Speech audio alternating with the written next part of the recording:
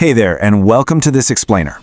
Look, if you're a focused learner trying to navigate the financial world, you probably already know how absolutely overwhelming the stock market can feel when you're standing on the outside looking in.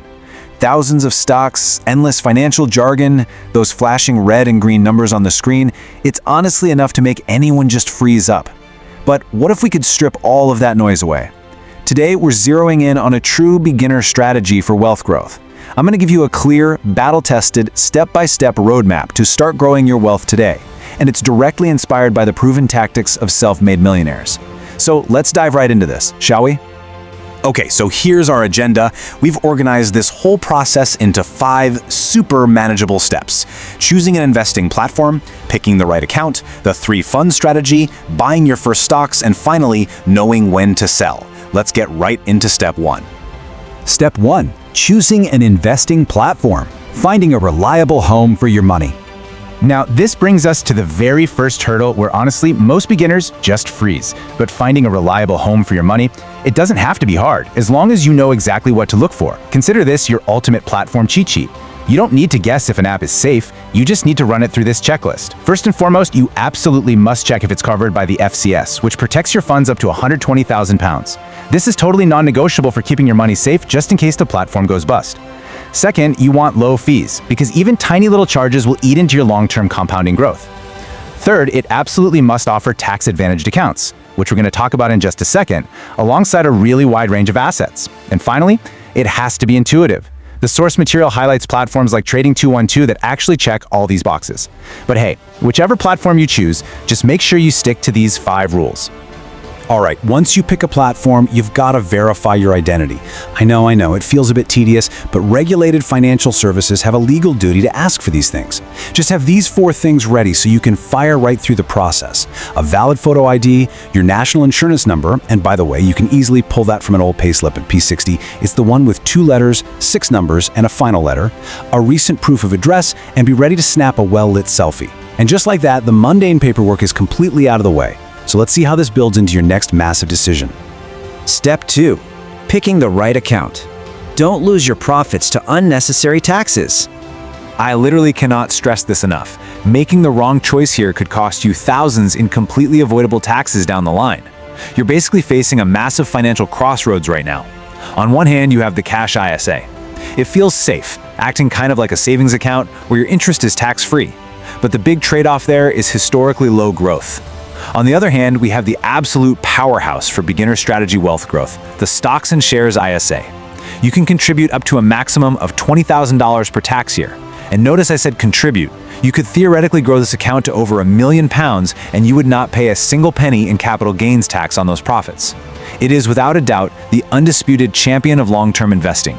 But watch out, because there's a trap waiting for you. You'll probably see options for CFD or day trading accounts. Avoid them entirely. Seriously, between 80% and 90% of day traders actually lose money. It's high stress, it's high maintenance, and it's just not for us. Our wealth building strategy is entirely different. Like the source material advises, keep it boring, keep it long-term. Section 3. The 3-fund strategy. Surviving recessions without the stress.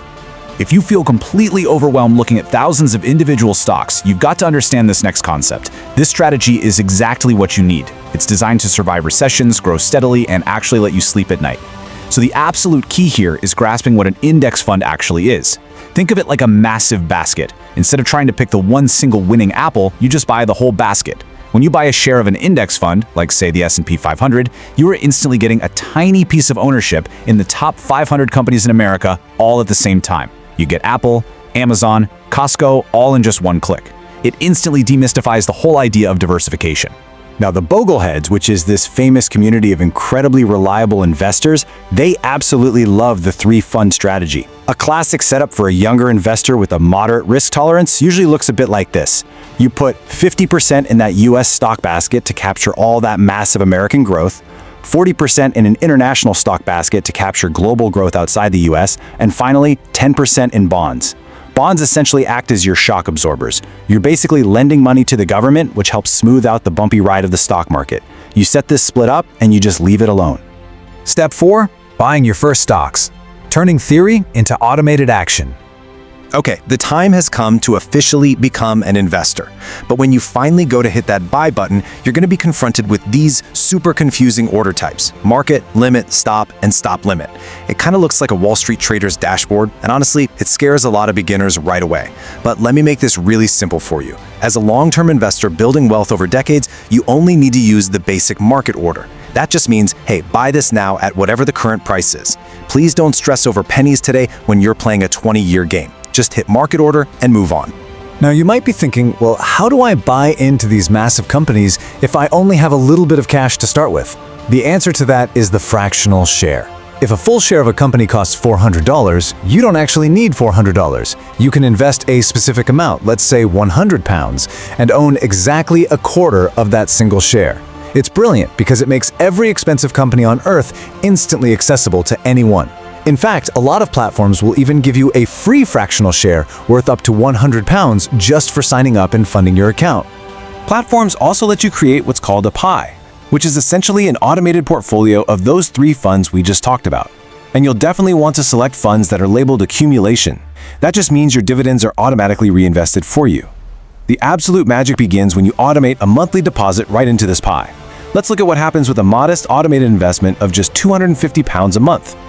Just look at the staggering power of compounding interest. If you consistently auto-invested that £250 a month for 20 years, your total out-of-pocket investment would be $61,000. But based on historical average projections, your portfolio's value could skyrocket to $262,000.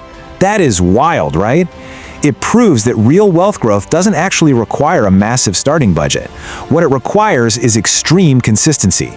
Step 5. Knowing when to sell, protecting your money from hype and changes. So this is the step beginners rarely ever think about until it's too late. But remember, even Warren Buffett sells. Holding a stock for the wrong reasons is just as dangerous as buying the wrong stock in the first place. So when do you actually break from your long-term holding pattern? Well, the source outlines 3 completely logical reasons. Number 1, if momentum and hype are dying. We saw this exact thing happen with Lemonade Inc. It got pumped up by influencers, and when the hype died, the price totally collapsed. Number 2, you actually need the capital for a bigger, better opportunity, like maybe buying real estate or starting your own business. And number 3, the market has permanently shifted against the company, kind of like when smartphones completely decimated traditional printed media stocks. Let's drill down into that first reason for a second: the hype. You see, stocks generally move based on 3 types of value. Fundamental value is based on actual revenue and profit, and this is where long-term investors like us want to live. Trading value is based on short-term chart patterns, but momentum value, that is driven purely by internet hype and raw emotion. If you realize your stock is surging purely because of momentum value, that price is fragile. And that is exactly when you should strongly consider ignoring that whole diamond hands internet culture and actually sell off 30 to 40% of your position to lock in some real, tangible profit. But for your core 3-fund strategy, this quote right here is your absolute golden rule. Time in the market beats timing the market. You do not have to be the smartest or the fastest trader in the room to win at this. Compounding interest doesn't care about your emotions. It only responds to consistency. So keep it boring, stay invested, and just let time do the heavy lifting for you. The real question is, now that you have the exact beginner strategy wealth growth blueprint to bypass all the noise, avoid those nasty tax traps, and automate your future, what is stopping you from taking that very first step today?